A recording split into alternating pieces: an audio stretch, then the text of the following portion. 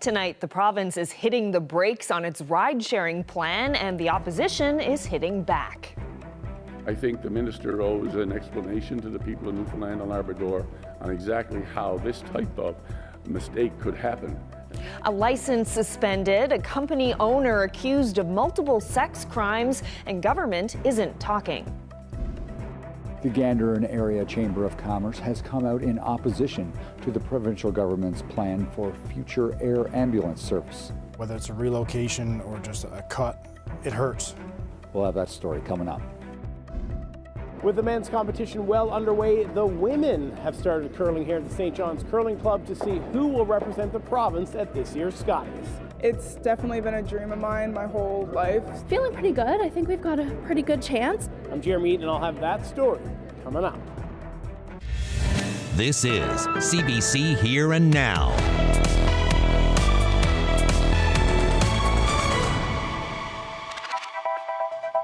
Good evening and welcome to Here and Now. The opposition is calling the province's ride-sharing rollout a disaster and wants Service NL Minister Sarah Studley to explain. That department briefly granted a license to a company last week before learning the owner has been charged with numerous sexual offences. Here and Now's Ryan Cook reports. It's been almost a week since the province cancelled a news conference where it was supposed to announce its first ever ride-sharing license. In a statement, they say new information came to light about the owner of Red Sea Riding, the man they were about to trot out to the public.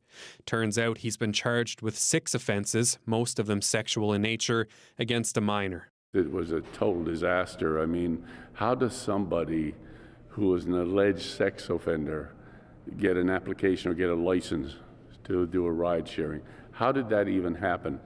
And you know, we stood in the House of Assembly when we were passing legislation. Our critic Jody Wall stood up, asked a series of questions, and we were dismissive at all points. So how did this happen? Well, Minister Studley's not answering questions, so we took a look at the regulations to see if we could find any answers there. For one, the province only requires checks on drivers, not on company owners. So if the owner of Red Sea Riding was never going to drive, his criminal record likely never would have been checked. And even if it was, he likely would have passed the province's regulations.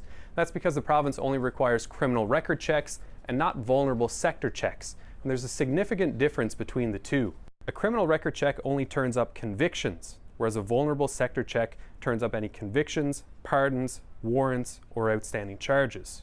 Since he's been charged and not convicted, a criminal record check wouldn't have turned any of this up. This cloud is now hanging over because of an incompetence on behalf of the minister and her department to get it done right. And as a result of that now, we're going to have people second-guessing an entire service that may or may not be beneficial to the people of Newfoundland and Labrador. So what do you think should be the consequence of that? Well, I think right off the bat, we need an explanation. How did this happen? The department says the application met all of its criteria at the time, but has been suspended until further notice.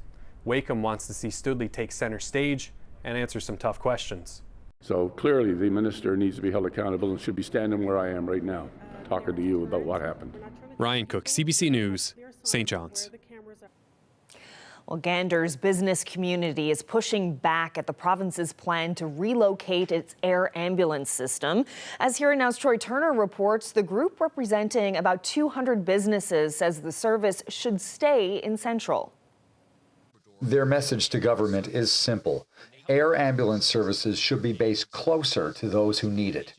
The Gander and Area Chamber of Commerce says that makes Gander an ideal location for an air ambulance base, not St. John's, which is what the province listed in its request for proposals. If you look at patient transfers, fixed-wing patient transfers, okay, 100% of those occur originating outside the Avalon, okay, right? The Avalon Peninsula represents, you know, we'll say perhaps the health authority for the province, right? Your specialized and acute care is all there in St. John's. So fixed-wing patient transfers are going to St. John's. That's the destination, right? Common sense perspective, why we have an aircraft based at the destination. The province says it chose St. John's as one of 2 sites for an air ambulance base because that's where most of the health professionals who will staff the service live. The other site is Happy Valley Goose Bay. But people in Gander say new air ambulance workers could train and live in the area. Meanwhile, the Chamber of Commerce says moving the current air ambulance dispatch and private operators out of Gander will mean dozens of job losses. Any loss of job, regardless of it's, whether it's a relocation or just a cut, it hurts. The small towns, small populations, we rely on one another. Businesses rely on one another. Individuals, families rely on one another. To see 35 to 40 positions and therefore 35 to 40 families leave the region, from the business community's perspective, that's a huge economic impact, right? That's, well-paying jobs leaving the area. That's, it's just not something we want to see. Regardless of how they're lost or where they're going, it's not something we want to see. The Chamber says they're concerned by the government's move to eliminate Gander as an option before the RFP even closes. We represent about 200 businesses. So we represent the businesses, but I think on a small part, we also represent the communities they do businesses in, right? In order to do business in a community, you need to be a resident of that area first. And so again, I think the Chamber wanted to speak to this issue as residents first. What's next for the Chamber of Commerce? Well, Mark Eady says they hope to engage with local stakeholders as well as those from the provincial government to see if there can be changes made to the RFP that will better suit central Newfoundland and the air ambulance system. Troy Turner, CBC News, Gander. Liberal MP Ken McDonald is backing away from comments that Prime Minister Justin Trudeau should be subject to a leadership review. So you think at least there should be a leadership review in the Liberal Party? Yes, let's clear the air. Let's, as a party, let's clear the air, and if people are still intent on having the leader we have now, fine. Well, that's McDonald talking to a Radio Canada reporter earlier this week. During that interview, he said he wasn't sure Trudeau was the right leader for the party heading into the next election. In a statement today, McDonald walked back that sentiment. McDonald says the intent of his recent public comments was not to personally call for a leadership review and says he's not calling for one now. He says he supports the Prime Minister and the Liberal caucus and believes Trudeau has the best interest of Canadians at heart. Meanwhile, a few of Trudeau's cabinet ministers addressed McDonald's comments while talking to reporters today.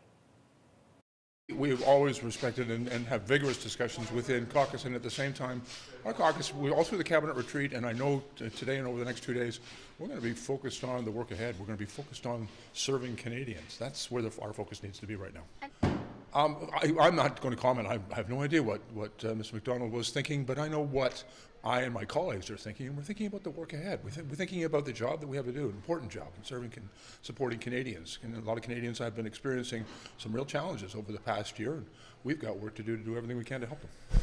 I think Ken McDonald realizes that working together as a team is what Canadians expect of us, and leadership means supporting Canadians and having vision for the future. My sense is it's a needless distraction. We got a lot of work to do. We can't come into these opportunities to get together and focus on each other or ourselves. We need to be focusing on our neighbours and the communities that we represent. The entire reason we come here is to serve people who live in the communities that we come from. And if we're busy focusing on ourselves, we're doing a disservice to the people that we need to represent. Well, back in this province, some surgeries were cancelled at the Health Sciences Centre in St. John's today after a sprinkler line froze and burst. According to Newfoundland and Labrador's Health Authority, the sprinkler caused water damage in the main operating room of the province's largest hospital. It says patients who were affected by the cancellations will be contacted to reschedule their surgeries. Emergency surgeries were not impacted by this, and all other procedures also continued as scheduled.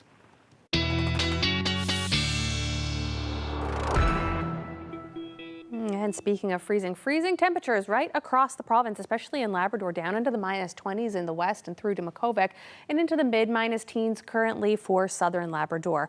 On the island, the cold spot -12 in St. Anthony, and at the freezing mark 0 here on the Avalon and Cape Race, and down in St. Lawrence on the Burin Peninsula. For the rest of the island, temperatures really between -3, 4, 5, 6. It is a much warmer day today, even though it's still quite cold here on the Avalon by as much as 10 degrees and 7 throughout Central and the Burin Peninsula.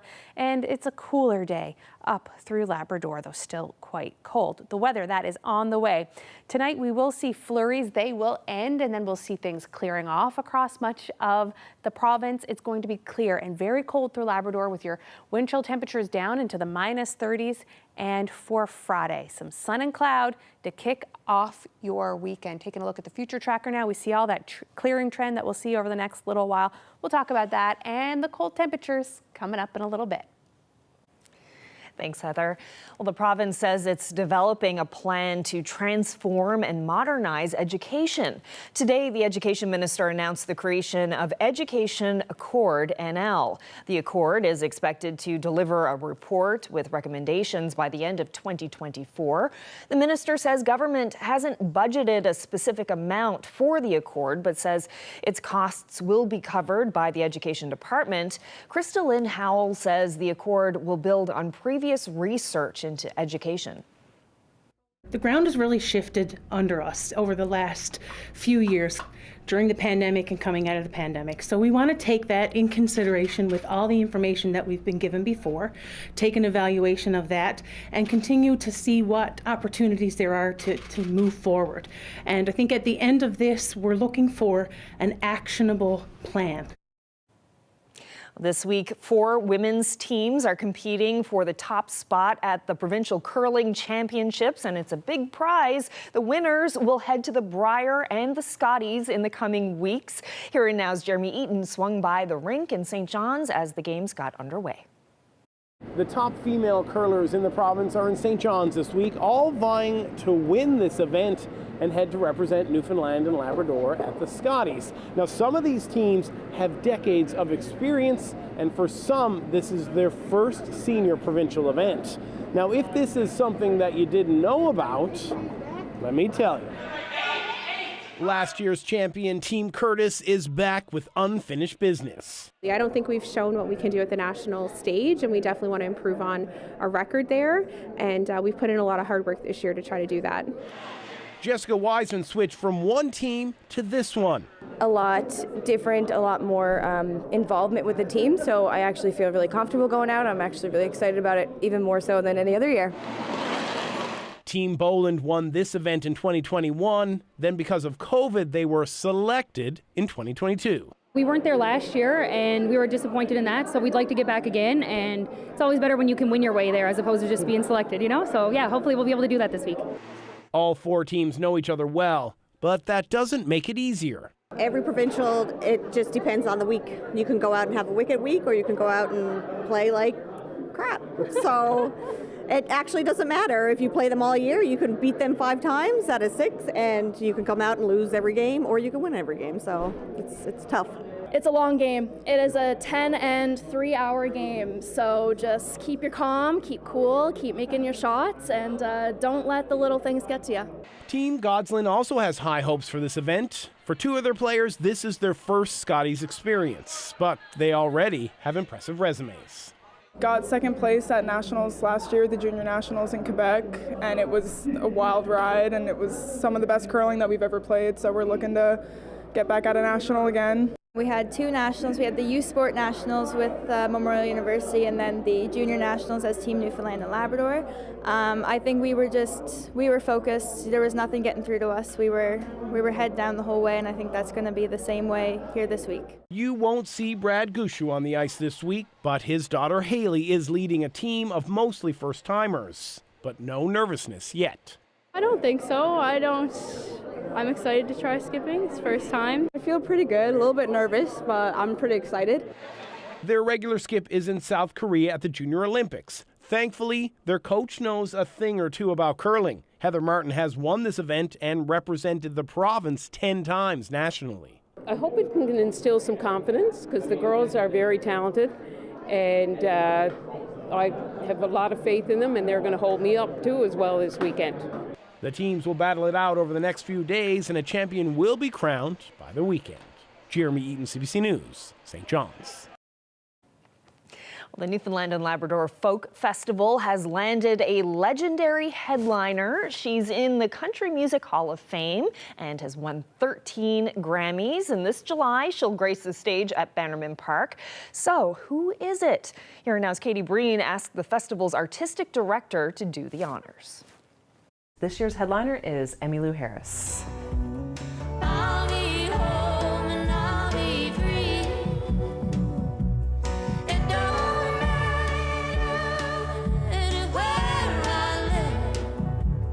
She's an icon, she's a legend, she's a prolific singer-songwriter, won several Grammys and nominations galore. She's just fabulous. How big a deal is it that she's coming here?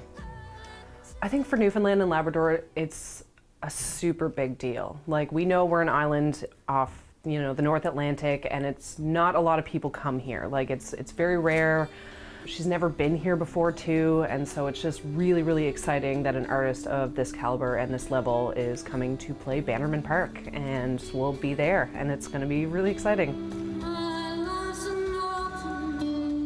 You go in with this hope that they're going to say yes. From anywhere from 2 weeks to maybe a month or more, you're kind of just waiting, being like, come on, come on. Because that's a big swing. Yeah, it is. Yeah, it's a big swing, and again, the whole team was excellent with it, but you're just kind of waiting around for several weeks, praying and hoping that they will say yes, and then it just kind of goes from there.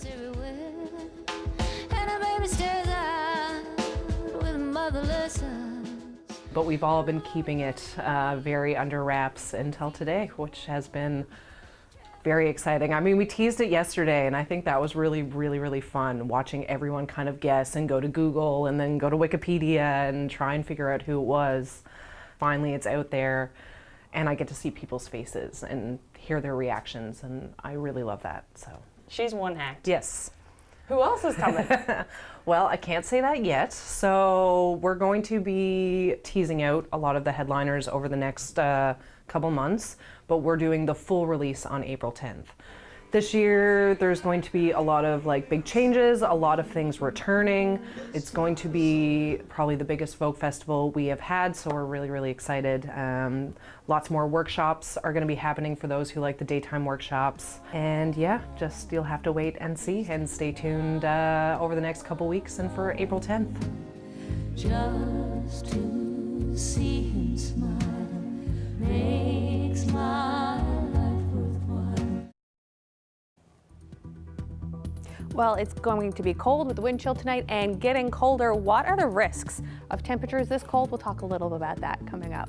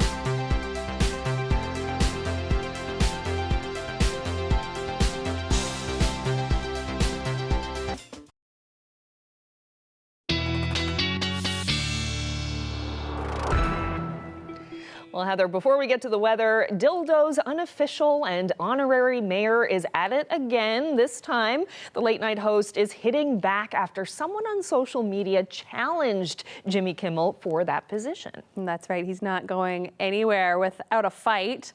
Last night, the crew at Jimmy Kimmel Live put together a campaign video, and it sounds like Jimmy's connection to Dildo runs deep still. Take a look. Hello, my fellow Dildoans. It's me, your honorary mayor, Jimmy Kimmel. Since you opened your arms to me back in 2019, Dildo has been humming.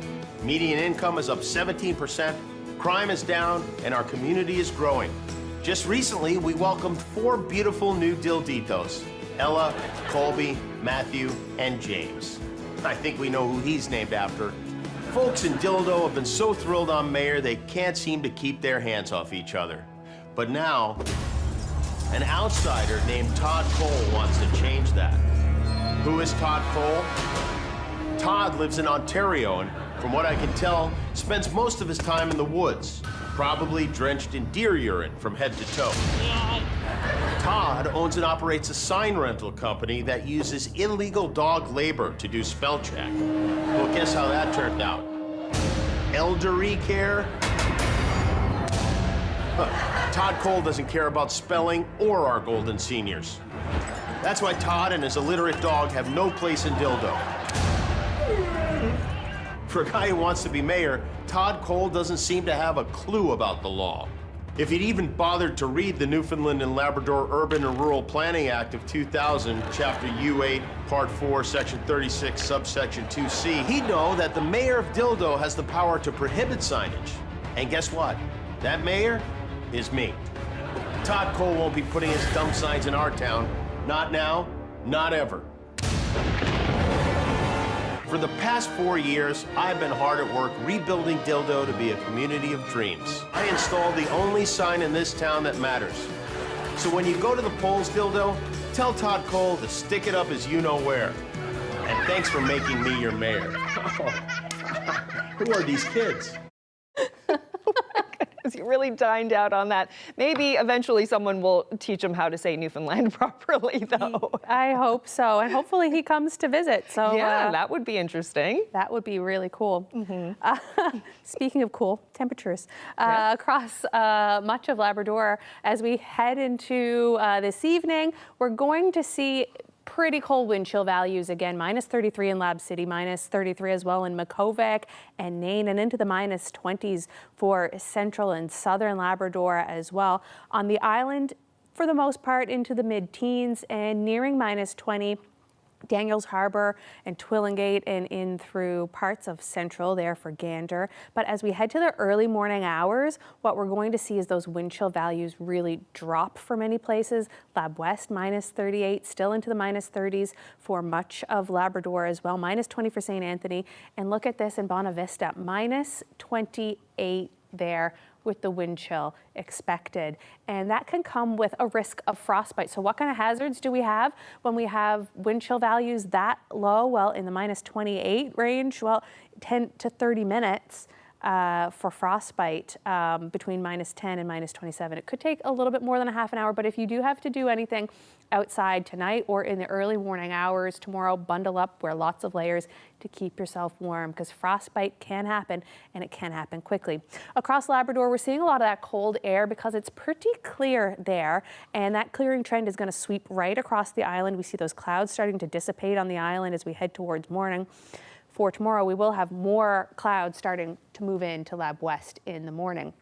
Taking a look at our temperatures for overnight now, you can see those really chilly temperatures again across Labrador. Light winds, -32 in Lab City with some clouds. We'll see some clouds and -18 in Nain, where it could gust to 80, those northwesterly winds tonight, up to 70 for Cartwright there, but clearer for the rest of southern Labrador. For the island, seeing really cold temperatures for Corner Brook and into Grand Falls, Windsor as well, -18 and -22. We could see some cloud there, and then we'll get some flurries a little further east, -8 in St. John's. Still a gusty night with our wind switching around here on the Avalon to the northwest from the southwest up to 60 possible. Moving on to the winds. It's been a pretty gusty day here in St. John's, up to 80 in St. John's and 90 in Bonavista and in St. Anthony as well, hitting almost the 90 mark, but lighter winds for the west coast of the island today. The winds really going to back off though in the overnight after they do start gusting. So as we near tomorrow morning, those gusts will say goodbye to those. 10 in Port aux Basques. That sounds like a nice calm day there. Tomorrow morning when you wake up, we'll have some clouds through much of Labrador, and they're going to push in a little further, and we'll see some more cloud push across the island really as the day goes on. As we head towards lunchtime, we'll see some increase in cloud for the west coast, the southwest coast, and in through central Newfoundland, and that'll come our way east along with some flurries possible for the west coast and parts of the northern peninsula there as well. Taking a closer look at tomorrow, -5, -6 tomorrow, winds lighter. We could have wind chills around -15 tomorrow morning. Chillier though for Bonavista, -5 in Marystown. Lots of sunshine, and -7 for Bonavista as well. Lots of sunshine there as well. As we move into central tomorrow, we see that increasing cloud trend. So we see some sun there in Terra Nova, where it'll also be chilly with that risk of frostbite early in the morning. -5, -6 for central, and a little warmer for Harbour Breton. Again, wind chills could be in the -20 area for Conagra Peninsula. Tomorrow for the west coast, still with -22 to -19 when you wake up. Not so bad of a day with some sun and cloud. Moving on up to the northern peninsula, dropping back -7 for St. Anthony and some sun. Could be quite chilly though through southern Labrador, especially the Cartwright area, with your wind chill at -10 and -9 for the Straits. And into the rest of Labrador, -17 for Nain, a sunny day, about -11 to -13 for the rest of Labrador. We'll take a look at how your weekend is shaping up in a little bit. Thanks so much, Heather. Well, the fourth day of the inquiry into the treatment of Innu children in care concluded today. It covered some of the current social issues in the Shahajit Innu First Nation. Yesterday, the inquiry heard from Helen Astor, the social health director, and she addressed those issues and talked about the benefits of retreat programs for youth that lead them into Nutshimit or inland and foster healing. You refresh, you recharge, you're enjoying the outdoors. You feel so healthy up there. Probably 2 years ago, I went on a walk with the youth. The youth that were picked, they were high-risk kids. They said that these kids didn't listen. They were having behavioral problems, and they were having abuse, drug abuse, and different kind of social issues. But after 2 days, their behavior changed. They were helping out. They wanted to do stuff. They were talking. They obeyed the rules. They didn't give us a hard time for the next 10 days we were there. They were so helpful that I was seeing children, youth who had behavior problems in the community changing so much in a few days. I couldn't believe it. I said to my sister was with me, and I said, it is healing for youth to come in the Nutshimit. Helen, from your experience at social health, what are the main social health issues in Shahajit? From my experience, there's a lot of social issues dealing with addictions, really all kinds of problems. You can't focus on one topic. You have to focus the whole thing. If you're dealing with one person, you have to go through trauma, all grief, addictions, isolation. So I can't say that there's only one main problem. There's a whole lot. The only reason the scoreboard is turned on is so we have the clock. It's not just a hockey game. It is so much more. Well, these players are a little older, a little slower, perhaps, and they don't keep score. We swing by a Sunday night hockey league with a long wait list.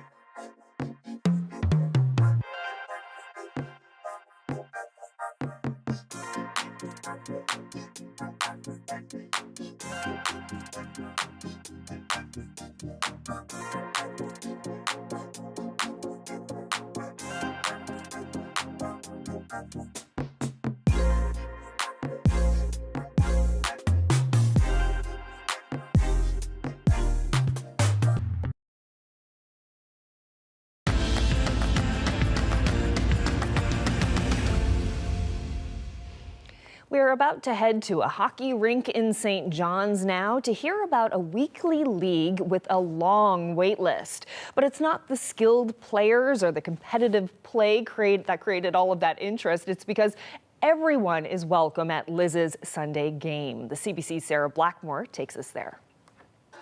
Exercise, a love of the game, a sense of community. All reasons to turn up to a weekly pickup game. Liz's game has always been important, and it was where I learned how to skate, learned how to play hockey. But then when I was diagnosed with my illness, Liz allows me to come and play whenever I want, and as you can see, to whatever capacity I want. If I fall, I get off. If I can stay on, I stay on. My mom played with Liz for a long time, and she absolutely loved it. She had never been a skater or a fan of hockey, but ended up playing with these ladies. And unfortunately, I lost her to cancer 2.5 years ago. after that, Liz got in contact with me actually and sort of invited me to come play with the girls, and I fell in love with it. Liz's Sunday Game. That's the unofficial name, in honor of Liz Oley, who started it back in 2006. I myself am 71 and hope to be playing for a number of years more. Part of my goal when I started this game was that it would be for newer and older and slower skaters. A little older, a little slower, but this isn't like other beginners groups. The only reason the scoreboard is turned on is so we have the clock. So am I right in thinking that means that you don't keep score at these games? Exactly, we don't keep score. I mean, whenever anybody scores a goal, everybody cheers from both sides. It's just an accomplishment, and we all recognize it. And this no-scoring game recently caught the attention of a local filmmaker. I created a documentary film about Liz's Sunday Game. It's not just a hockey game. It is so much more, and it really intrigued me, and I came to visit one of the games, and I instantly knew I would love to do a documentary series about the group because it is open for beginners and older women, and the atmosphere of the game was really amazing, very accepting, very supportive and safe. I've never seen them play. What should I expect? Expect to see lots of beautiful, touching moments of them interacting with each other on the bench, on the ice, and also hear lots of laughter and supportive shouts. It's always an experience. A lot of the women who play are moms, and they've sat in rinks for years and years and years with their youngsters, and never thought they'd have a chance to be on skates with all the equipment and the stick and shooting pucks and all that kind of stuff themselves. And there's an energy and excitement and enthusiasm. The sense of accomplishment is really meaningful. An opportunity not lost on this group. Every week, 18 players hit the ice, and Oli says there are about 20 more on standby. This is your second week ever playing with Liz's Sunday League? Yeah, it's I played my first game last week, and this is my second week this week. You think you're going to be here going forward? Yeah, as of now I'm on a sub list, but I'll just keep my Sundays open, and if Liz is looking for a sub, I'll be available. Perhaps part of the appeal, the reason why players don't mind the wait, is because everyone's welcome at Liz's Sunday Game. I make a lot of accommodations for people that have chronic illness, people as they age, people that are recovering from injuries, that feel okay and feel safe, both physically and emotionally, to be here.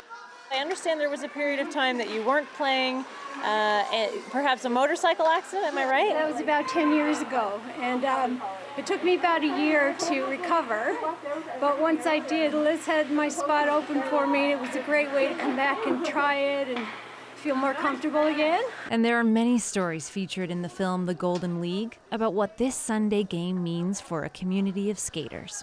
I think the documentary shows that hockey is more than just a sport that a bunch of professional men play, for lots of money. It's a sport that you can play, your whole life, and it's a lot of fun, and you can meet a lot of good people and get exercise.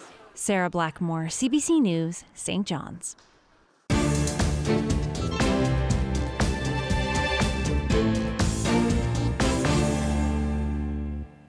The national hockey world is reeling. First, multiple NHL teams announced that some players are leaving the league indefinitely. And according to reporting from the Globe and Mail, 5 former World Junior players must surrender themselves to police in London, Ontario to face sexual assault charges. Karen Pauls brings us up to speed on the latest. A proud moment when Canada won the 2018 World Junior Championships. But since then, revelations of a $3.5 million out-of-court settlement by Hockey Canada after a young woman alleged she was sexually assaulted by 8 members of that team. Police have opened, closed, and reopened that investigation. And now the Globe and Mail is reporting that 5 players have been asked to surrender themselves to face sexual assault charges. CBC News has not independently verified the report. These are individuals who they know who they are, and the warrant's not going to go away. They're going to be arrested. Either they can walk into the police station and do that, or ultimately the police will come and find them. This former assistant Crown prosecutor, now a defense lawyer, is not connected to this case. And they'll be read their rights to counsel, given their caution, allowed the opportunity to speak with a lawyer, and then I would imagine released with a court date and some conditions at that point in time. 5 members of the 2018 World Junior team have taken leaves of absence from their professional teams in the last week, but no evidence has been made public linking them to any of the allegations, and the teams aren't saying much. We will respond appropriately when the outcomes of the investigations are made public. The NHL has been very clear that teams should refer all investigation-related questions to them. The NHL is doing its own investigation, but hasn't yet released its findings, leaving teams and players under a cloud. There's a lot of pressure on the National Hockey League to condemn this type of event, but it hasn't been proven yet. And to a certain degree, they've been condemned. They are not playing hockey and won't be playing hockey until this case is resolved, and unless it's resolved in their favor. And that could be years. Karen Pauls, CBC News, Winnipeg. What happens is sometimes celebrity candidates are kind of outsiders, and it's really the municipal politicians who have their fingers on the pulse of what's going on locally. Will that statistic about status ring true? We're just days away from the Conception Bay East Bell Island by-election. What's at stake here? That's ahead.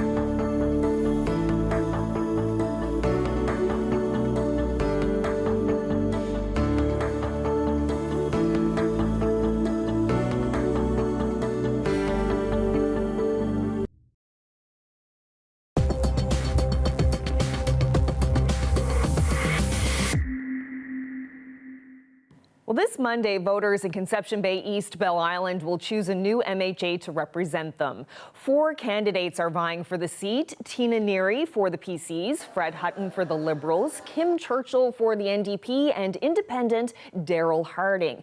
Now, the seat has been a PC stronghold for the past 20 years, but will the party be able to keep it after the exit of David Brazel? There are a lot of interesting factors at play here that make this by-election one to watch, and joining me now to talk about that is Alex Marland, who was head of the political science department at MUN, but is now with the political department at Acadia University in Nova Scotia. He joins us now from Wolfville. Thanks for being here.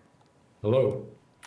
Well, by-elections can indicate the popularity of a government, a party, and its leaders. How high are the stakes for this by-election, in particular for the Fury Liberals and for the PCs who have traditionally dominated the district?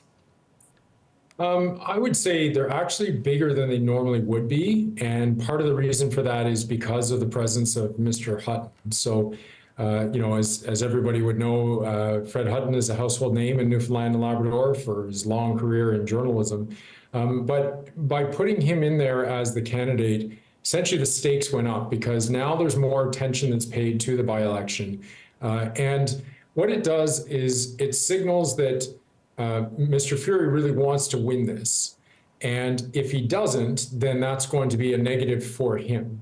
On the other hand, if for some reason there's an upset and the PCs aren't able to hold on to it, then that says an awful lot about the leadership, or the new leadership of Mr. Wakeham. So I think in the end, there's more at stake of this for the party leaders in many ways than there normally would be. And as you mentioned, Fred Hutton is a very high-profile candidate. He works in the Premier's office, well-known in the province, and he's a longtime resident of that district. But do all of those things, that name recognition and being on the government side, does all of that work in his favor in this election? So this definitely the unusual element is the fact that he's coming out of the Premier's office where he had quite a bit of clout. And that's an unusual thing because it suggests that, if you were to elect him, that you would have an inside track into getting all sorts of special privileges for the district.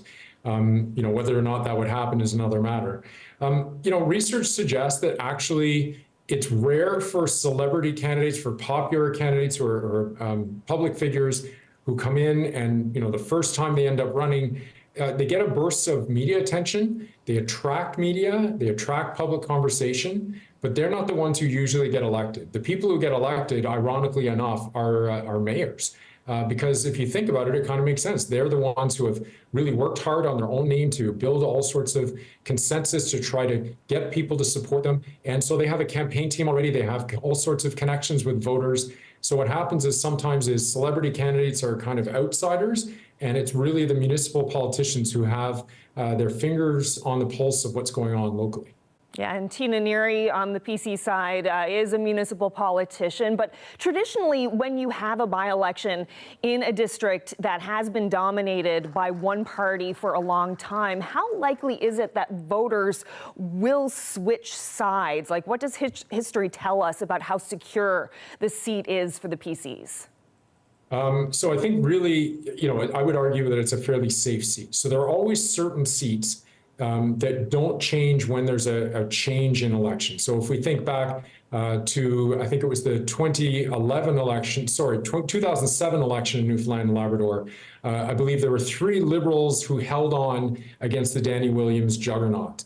And so those are very safe Liberal seats. And so in this particular case, this seat remained progressive conservative, even though there have been a succession of Liberal governments.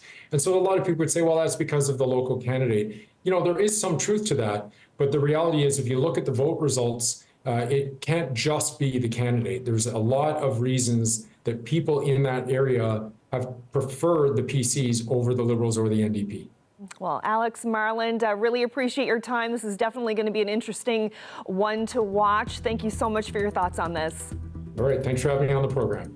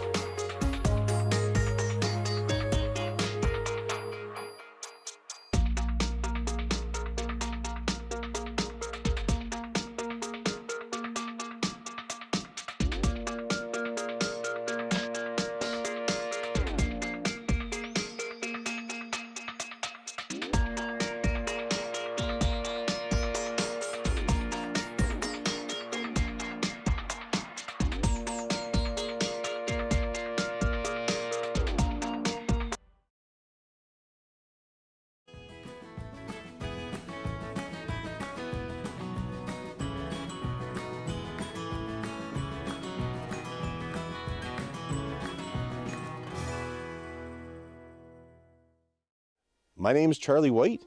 I have an outdoor YouTube channel based out of Colebrook, Newfoundland, right next to Stephenville in the Bay St. George area. Chase the Seasons is something that we do every single year. As Newfoundlanders and Labradorians, it's getting out and doing whatever activity is available for us at that time. So what we're going to be doing together here over the next couple of months is we're going to be doing some rabbit snaring. We're going to be doing some ice fishing for trout and smelt. And we're going to be doing some snowmobiling, some winter camping. It all depends on what Mother Nature is going to throw at us.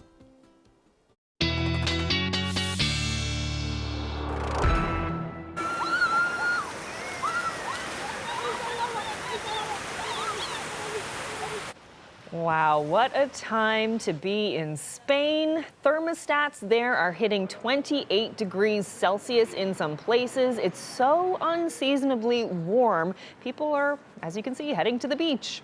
Wow, scientists linking the extreme weather events around the globe to climate change. Several January records were broken across Spain yesterday and in neighboring Portugal, as you can see there as well. They're expected to hit the mid-20s. Tomorrow. Wow. It's winter. Yeah, that's right. I know where I would like to go right now. Into the 20s. How beautiful. It's summer weather for us, isn't it? It's gorgeous, but also a bit alarming when you hear the scientists linking it to climate change. But a little bit. The only thing that we'll see into the 20s here is the minus 20s with the wind chill in some places. So unfortunately, we won't see weather like that anytime soon, I don't think. But let's take a look how your weekend is going to shape up. It won't be too bad. Friday evening, we'll still see that clearing trend through Labrador and a few flurries there for the west coast, heading on up to the northern peninsula. And that clearing is going to move to the northern peninsula as well. But in behind it, we'll see some cloud here for Lab West and across northern Labrador. And that's going to push on through and cloud up as we head into Saturday. And what we will see across the island is a nice day on Saturday, not too bad of a day at all for the island. -2 in St. John, some sun and cloud, similar conditions in Gander, a touch cooler in Grand Falls, Windsor. However, for Marystown and any southern facing coasts, we will see some clouds, and that could bring with it some flurries for the southwest coast and the Port aux Basques area. Not a bad day for the west coast. Sun and cloud for Corner Brook and -2, chillier in St. Anthony and the Straits at -4 and -5, and again, chillier again in Cartwright. But as we get through Lab West and for Nain, we'll see -7, -8 degrees, and possible flurries for you folks there as well. As we move on into Saturday evening, we'll see those flurries spread a little southwards, and the cloud will come cover the island as well, bringing a shot of a flurry, a chance of flurries. We see lots of little snowflakes there. These temperatures kind of closer on the island to what our more seasonable temperatures are after all of that cold. It looks like it'll be about -1 in the east and 0 through Grand Falls, Windsor, dropping down a few degrees for the west coast. And again, -4, 5 in the Straits. So things pretty steady there for you guys into the -20s for much of Labrador, except for Cartwright. You could pick up a few flurries and see temperatures at -13 there for you folks. Taking a look at our 5-day now, not bad Friday, Saturday, but Sunday picking up a chance of flurries. The temperatures really cooling off Sunday night into Monday, and it's going to be a windy one on Monday with a chance of flurries on Tuesday. Temperatures warming back up just a touch there, still in the freezer though. For central Newfoundland, the trend looks similar. Friday, Saturday, some sun and cloud. Sunday, a few flurries. Temperatures dropping off Sunday into Monday, and some sun again on Tuesday. And looking similar as well for the west coast. Getting cold Sunday into Monday, but not as cold. And for Labrador in the east, looking nice. Lots of sunshine there, but you could see some flurries on Sunday. Really dropping back into the -20s and almost -30 for eastern Newfoundland, or eastern Labrador, excuse me, for Lab West. Seeing a few more flakes there in your long range Friday, Saturday. Looking windy on Monday with cold temperatures and those cold evening temperatures persisting with a few flurries possible on Tuesday. We will leave you with this. We've been talking so much about the cold. This picture just encapsulates the cold winter weather that we have been having. And it's a bitter cold day and heart's content courtesy of Gordon Windsor. So we always love seeing your photos. And if you have any to send to us, please do. Love looking at them. And all photos at cbc.ca. Yeah, what a gorgeous view. Candy Cane Lighthouse. Great shot. Indeed. Thank you. Sounds like it's going to be a pretty nice weekend, actually. Saturday is looking pretty good. The sun makes it feel better, doesn't it? Yeah, it totally does. It warms things up a little bit. All right, well, that's it for us. Thank you so much for spending part of your evening with us. Good night.